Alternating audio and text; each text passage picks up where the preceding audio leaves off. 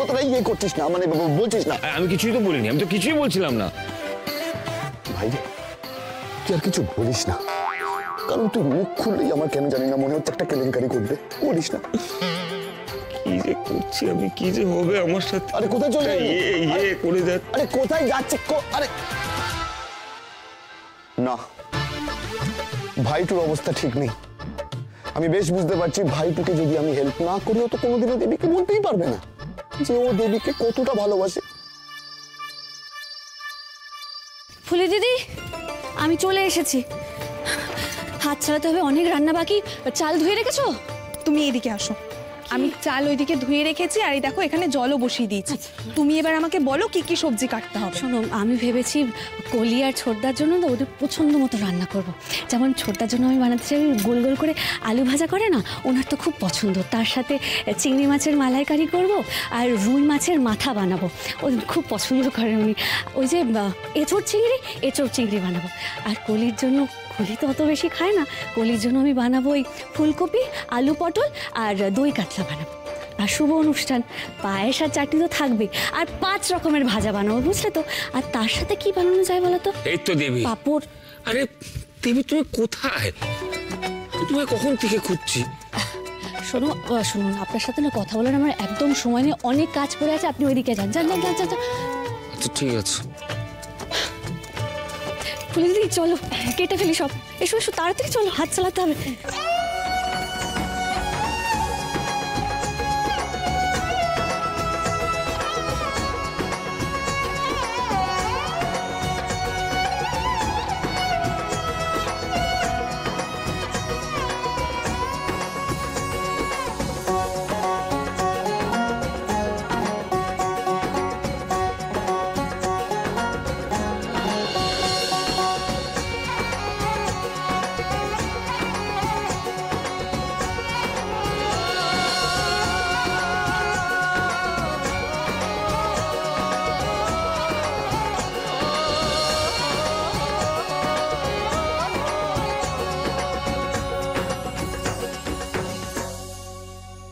বৌদিমণি, তুমি এমন ঝড়ের গতিতে কাজ করছো, আমি তো তোমার সাথে তালই মেলাতে পারছি না। ফুলি দিদি, হাতে একদম সময় নেই।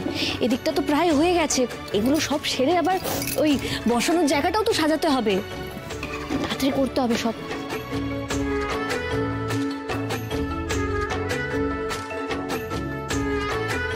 ও মানিক, হায় দেবী, ও দেবী, একবার এদিকে এসো দেখি। আচ্ছা, এই মানিক না এই এক ঝুড়ি গাঁদা ফুল আনতে পেরেছে, এতে হবে নাকি আরো আনতে হবে? তুমি একদম চিন্তা করো না ছোটকা, এই ফুল দিয়ে হয়ে যাবে। মানিক দাদা, তুমি এই ফুলগুলো ওই দিকটা রেখে।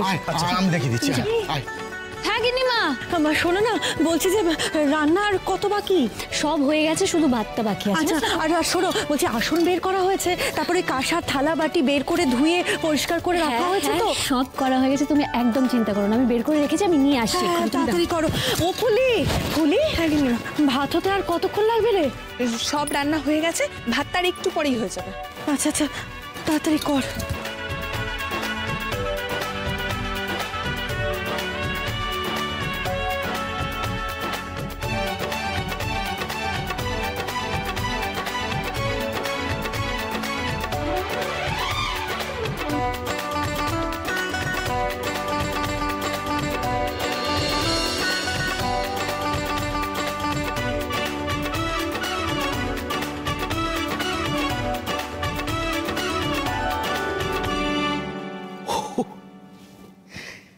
বাপরে বাপরে বাপরে বাপরে। ও বৌদি, এসো এসো এসো এসো, দেখবে, এসো দেখো দেবীর কাণ্ড দেখো। একটা কথা কিন্তু তোমাকে স্বীকার করতেই হবে বৌদি, দেবীর এই বাড়িতে বিয়ে হয়ে আসার পর তোমার কিন্তু অনেক চিন্তা লাঘব হয়েছে। সে তোমার চিন্তা ভাবনাই বলো, তোমার কাজকর্মই বলো, অনেক কিছু থেকে তোমাকে কিন্তু মুক্তি দিয়েছে, এটা মানতেই হবে।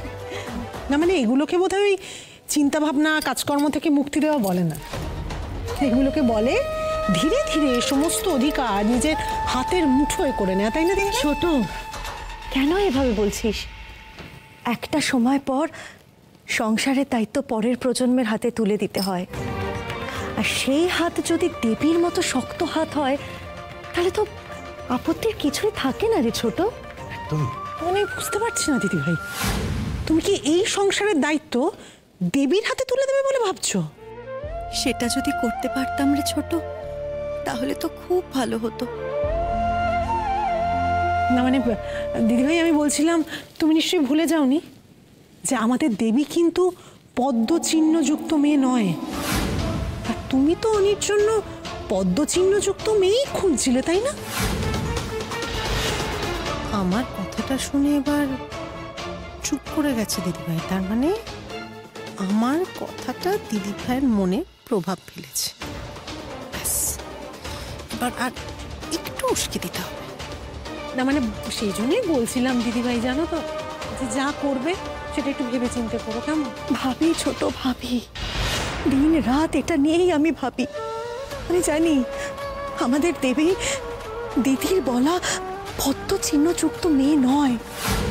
যদি যদি দেবী সত্যি ওই দিদির বলায় পদ্মচিহ্নযুক্ত মেয়ে হতো না, এই সংসারের দায় দায়িত্ব সব দেবীর হাতে আমি নিজে তুলে দিয়ে একটু শান্তি পেতাম, এই সংসার থেকে মুক্ত হতে পারতাম।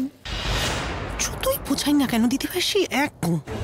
আরে বাবা, কোথায় পদ্মচিহ্ন নেই বলে এই মেয়েটাকে বাড়ি থেকে দূর করে দেবে তা না, আরো লাই দিয়ে মাথায় তুলছে। যত সব। এই রমা, রমা, মা কমলিকামিনী, তুমি এমন কিছু একটা চমৎকার করো যাতে আমার মনের এই দ্বিধা কেটে যায়। দেবীর হাতেই যদি পদ্মচিহ্ন থাকতো কত ভালো হতো মা।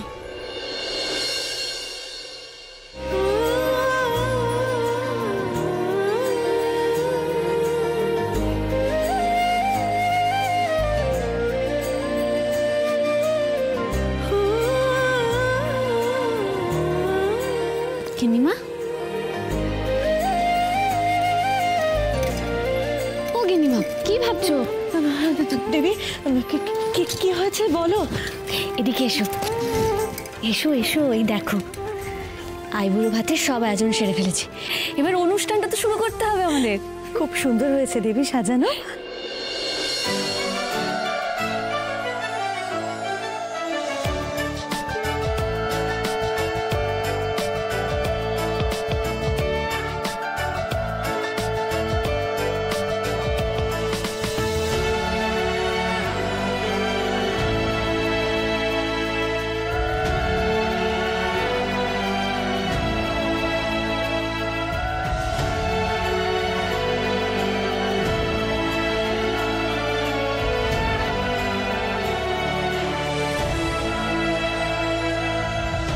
বাহ, এর মধ্যেই তো সবকিছু সাজানো হয়ে গেছে দেখছি। দেবী একা হাতে সব করেছে, আমাদের কাউকে হাত লাগাতে দেয়নি। বাবা, খুব ভালো।